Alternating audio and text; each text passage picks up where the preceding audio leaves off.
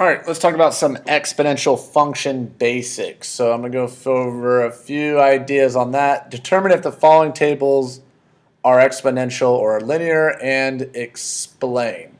So the first idea we have to worry about is what does it mean to be exponential and what does it mean to be linear. So for exponential, what we look for is we look for multiplying or dividing.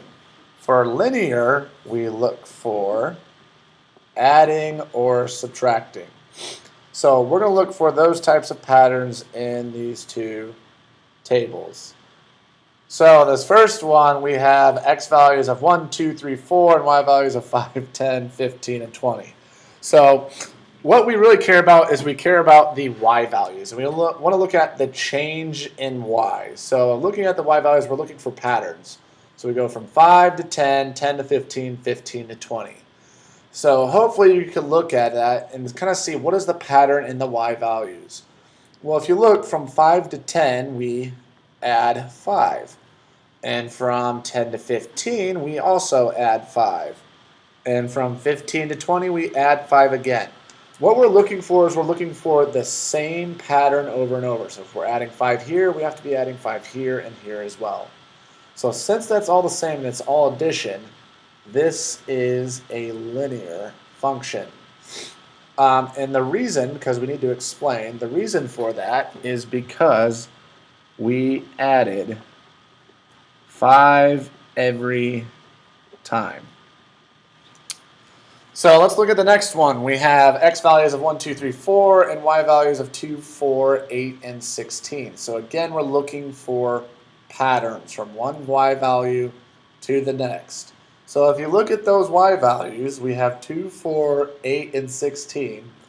Going from 2 to 4, hopefully you can see that you're adding 2 there, but if you try to add 2 from 4 to 8, you're not getting there.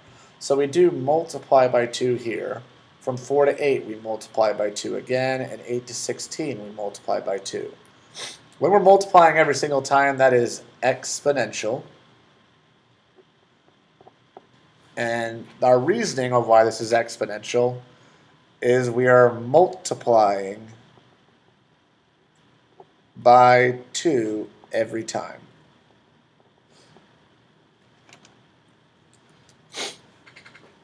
All right, down to the bottom. So we're going to evaluate these exponential functions for the following values of x. So I want to show you what that looks like.